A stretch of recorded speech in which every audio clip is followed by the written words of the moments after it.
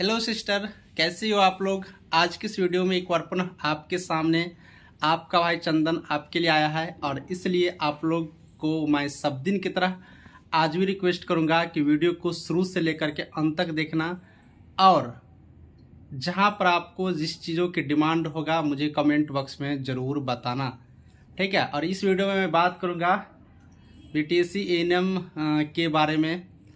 आप लोग के कमेंट का जवाब, आप लोग बहुत सारे प्रश्न यहाँ पर बार बार पूछ रही हो कि सर क्या होगा, कैसे होगा, वो बता दीजिए।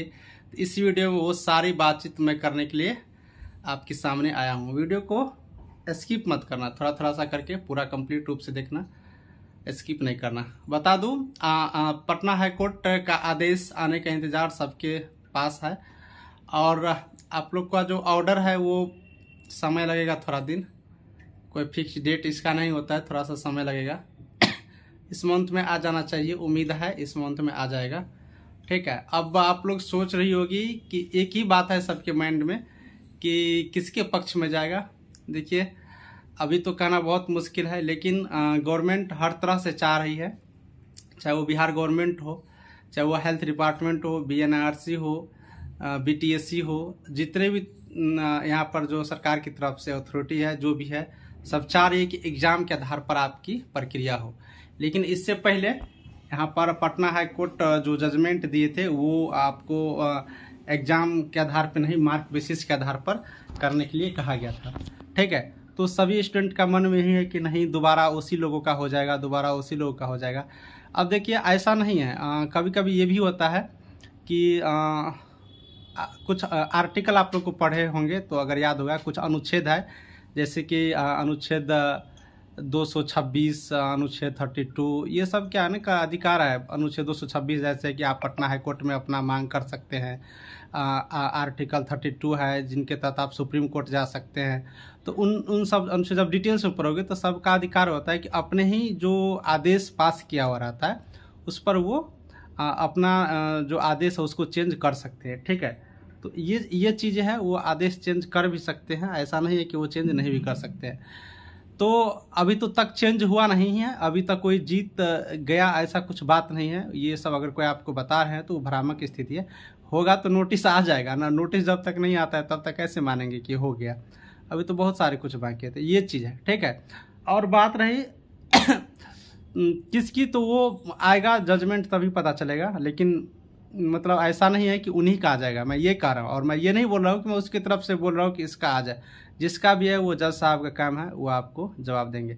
एक प्रश्न हो गया। दूसरा, आप लोग मतलब मुझे तो सब लोगों से बातचीत होती रहता है ना, संविदा वाली हो या फिर जो फ्रेशर कैंडिडेट है, जो 2018 की नियमावली पे हो, 2023 की नियमावली पे हो और न्यू वैकेंसी हो, इसका भी बात थी कि सारे लोग अपने अपने तरीक़ा से सोच रहे हैं।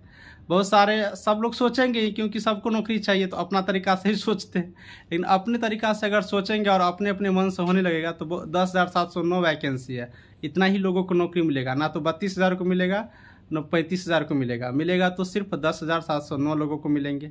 अगर एग्ज़ाम के आधार पर होता है तो उससे भी कम लोगों को मिलेगा। जिस अकॉर्डिंग बीटीएससी यहाँ पर डीबी करवाया है उसमें तो 8,000 कुछ स्टूडेंट है, तो 10,000 तक भी जाने में यहाँ पर मुश्किल है।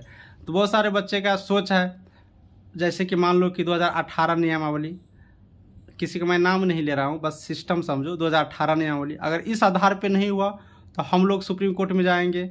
बहुत सारे बच्चे कह रहे हैं कि अगर 2023 की नियमावली पर नहीं हुआ तो हम लोग सुप्रीम कोर्ट जाएंगे।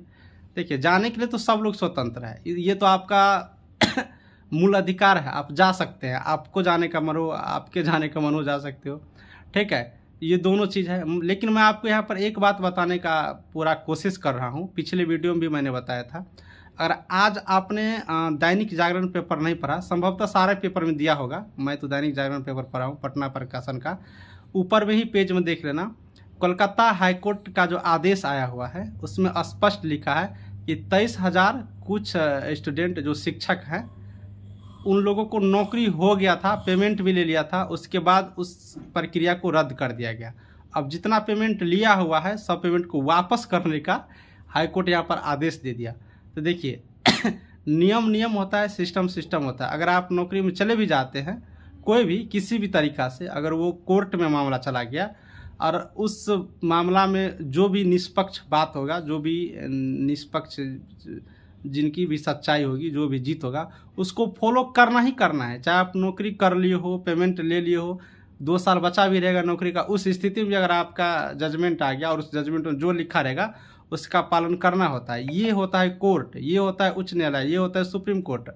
तो आप लोग इन सब चीज़ों को समझना होगा। इसलिए मैं आपको ये कोशिश कर रहा हूँ बताने का, इस बार जो आदेश आएंगे, चाहे वो 2018 नियमावली के अकॉर्डिंग आता है या फिर 2023 नियमावली के अकॉर्डिंग आता है, आप लोग इस चीज़ को स्वीकार करिएगा। आगे बढ़ने से क्या होगा, आप लोगों को ही क्षति होगा। मान लो अगर आगे बढ़ते हो, विलम्ब होता है, ऑलरेडी ये वैकेंसी विलम्ब है, तो ये चीज़ मैं आपको बताने का अवगत किया हो। बाकी आपका अधिकार ये भी है कि आपका जो मन है वो कीजिए, आपके ऊपर डिपेंड है। ये मैं अपना राय बताया हूँ। अगर मन हो तो आप जा सकते हैं, मन नहीं हो तो यहाँ से भी ख़त्म कर सकते हैं, वो आप पे डिपेंड है। क्योंकि नौकरी आपको कर रहा है, मैं ऑलरेडी नौकरी कर रहा हूँ, बहुत सारी नौकरी कर रहा हूँ, इसके लिए चिंता नहीं करने की बात है। ठीक है, आप लोग कमेंट करोगे मेरे पे, तो मैं कर भी रहा हूँ और मैं आगे पढ़ाई भी कर रहा हूँ, आगे पढ़ते भी रहूँगा। पढ़ाई करने से नॉलेज विकसित होता है, ना कि इधर उधर करने से कुछ थोड़ी होगा। जितना नॉलेज विकसित होगा उतना ज़्यादा काम करोगे, उतना ज़्यादा आगे बढ़ोगे। बिना ज्ञान का कुछ मिलने जुलने वाला है नहीं। इसलिए पढ़ाई को कंटिन्यू रखिए। 2 घंटा मिले, 1 घंटा मिले, 30 मिनट मिले, 20 मिनट मिले, पढ़ाई को कंटिन्यू रखिए, तभी कुछ होने वाला है। एक ही मात्र मूल और अंतिम रास्ता सिर्फ पढ़ाई है जीवन में, और कुछ नहीं है। इस बात को आप लोग गांठ बांध लिए हो तो आगे बढ़ जाओगे। चाहे आपको जिस फील्ड में मन लगे आप उस फील्ड में करिए। ये नहीं है कि आप नौकरी की तैयारी करो, बिजनेस का भी कर सकते हो, म्यूजिक का भी कर सकते हो, बहुत सारी प्लानिंग है। आप ऑनलाइन अर्निंग का भी पढ़ाई कर सकते हो, बहुत सारा फील्ड है। आपको कितना बताऊंगा, पेंटिंग, चित्रकला, बहुत सारा फील्ड है जिसमें आपका इच्छा मन हो वो कर सकते हैं। ये बातें हैं। अब आपको मैं बताऊं, ये भी कमेंट सारे बच्चे कर रहे थे कि सर न्यू वैकेंसी, देखिए न्यू वैकेंसी तभी आएगा या फिर जिन लोगों को, जैसे कि मान लो कि अगर मान के चलते हैं ये बात, अगर 2018 नियमावली के अकॉर्डिंग हुआ तो उसमें कितने लोगों को नौकरी होंगे, संविदा पे जितने भी सिस्टर है उन लोगों को हो जाएगा। उसके बाद जो सीट बचेगा करीब वही 5-6 हज़ार सीट बचेगा, तो उतने में से जिनका बहुत ज़्यादा नंबर होगा, बहुत ज़्यादा नंबर, उन लोगों को हो जाएंगे। बाकी सब लोगों को तो एग्ज़ाम का तैयारी करना ही होगा अगला वैकेंसी के लिए। इस बात को समझिए, इस ट्रिक को समझिए। आप लोग टाइम बर्बाद बहुत करते हो, उस ट्रिक को मत समझो, इस ट्रिक को समझो। तो कुल मिला के 10,709 लोगों को ही नौकरी होंगे, इससे ज़्यादा एक भी सीट नहीं होगा। तो इसलिए अभी भी आप लोग पढ़ाई करते रहिए, ठीक है। तो न्यू वैकेंसी, ये वैकेंसी जब क्लियर होगा परमानेंट वाला, ये तभी जा कर के आएगा। और तभी जिन लोगों को इसमें नहीं होगा वो आगे वाले में आप लोग को मौका मिलेंगे। तो आप लोग समझ गए होंगे कि कितने लोगों को नौकरी होगा और आगे लेने के लिए क्या करना होगा। इसीलिए इसको जितना जल्दी क्लियर हो सके कर दे, क्योंकि जो नया नियमावली बना हुआ है उसमें स्पष्ट लिखा हुआ है कि एक बार देख लेना, मुझे जो याद है बता देता हूँ। 1 अप्रैल तक है शायद, सारे वैकेंसी को यहाँ पर कैलकुलेट कर लिया जाएगा और अगस्त तक में आपको वैकेंसी को रिलीज कर दिया जाएगा। ये जो नियमावली लिखा हुआ उसमें दिया हुआ है। तो ये चीज़ तभी न होगा जब एक ठो क्लियर होगा। अगर यही फंसा हुआ रहेगा तो अगला कैसे आएगा। तो ये सब चीज़ है। तो फैक्ट के साथ मैंने आपको सारा कुछ बताया हूँ, जो चीज़ आप लोग समझ में आगे होंगे और आगे भी बताऊँगा, ठीक है। इसलिए आप लोग इन सब चीज़ों को रहें और भ्रमित ना हो। जो भी हो, 2018 नियमावली के पक्ष वाले हो, 2023 की नियमावली के पक्ष वाले हो, जो भी हो, इस वैकेंसी को अच्छी तरीके से क्लियर होने देना है, ठीक है। अब वीडियो को समाप्त करता हूँ, मिलूंगा नेक्स्ट वीडियो में। आपके माइंड में क्या कमेंट है ये बात ज़रूर बताना, ठीक है। और आप लोग संविदा की नौकरी आएंगे, ये बात मैंने पिछले वीडियो में बताया था। कब तक आएगा मैं पूरी जानकारी मिलने के बाद एक बार और वीडियो बना के डाल दूंगा। सभी को थैंक यू।